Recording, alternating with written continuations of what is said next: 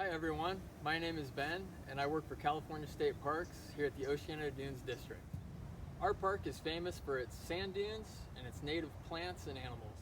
However, as you may have learned in our previous videos, the coastal dune habitats have been facing some serious challenges from shifting sand and erosion.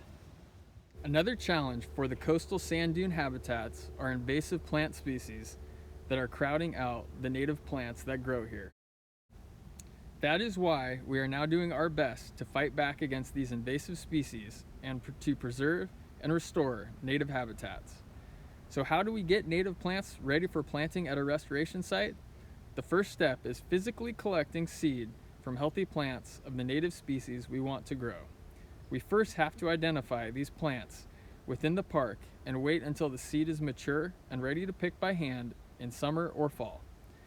Then the next step, propagation, may sound pretty complicated, but essentially it means that we are planting the native seed in the controlled environment of our greenhouse.